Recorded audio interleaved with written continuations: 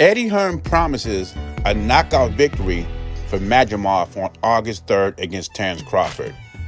The good thing about this, we will find out next Saturday if this will happen. Unlike Gervonta Davis against Shakur Stevenson, we don't have to go back and forth because next Saturday we will find out if Madrimov can complete the mission.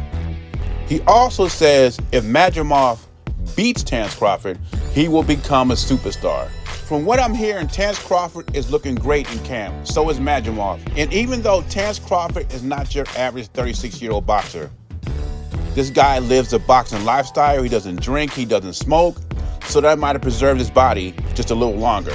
So Terence Crawford, to me, is still in his prime. Might be the tail end of his prime, but he's still in his prime. And we all going in here thinking Terence Crawford's going to win this fight. We're just assuming that Terence Crawford will win this fight. I'm picking Terence Crawford by late KO, but I also said Madrimov is not going to be an easy fight. He's a tough opponent. People are going off how many fights he has. And I tell them over and over again, Lomachenko in his first 3 fights had 2 title shots. Madrimov had a very decorated career in the amateurs. And I think he's a live dog in this fight, even though I'm picking Crawford to win. He's a live dog in this fight. We're already talking about Terence Crawford fighting Canelo Alvarez. Even Turki Al-Sheikh is talking about preparing to make Canelo an offer. You don't think Madrimov hears all that? That's extra motivation for Madrimov to pull off the victory. And even though Terence Crawford has looked great in training camp and takes very good care of his body, we all know in boxing, it only takes one night to get old. Plus, Crawford is not as big as Madrimov physically. Crawford started at 135. We know he carried his power to 147, but can he carry the power to 154? And then you add in the chin factor.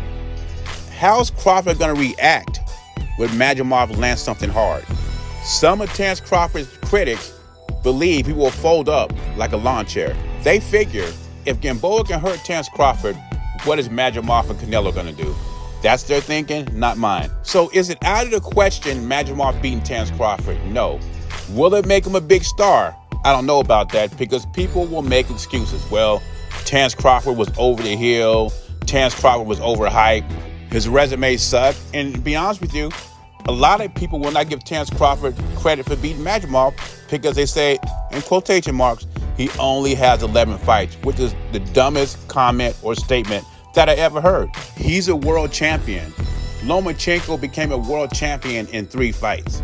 With Crawford being on WWE, talking about a Canelo fight, doing interviews, becoming a star, people are thinking possibly Terence Crawford could be looking past Madrimov.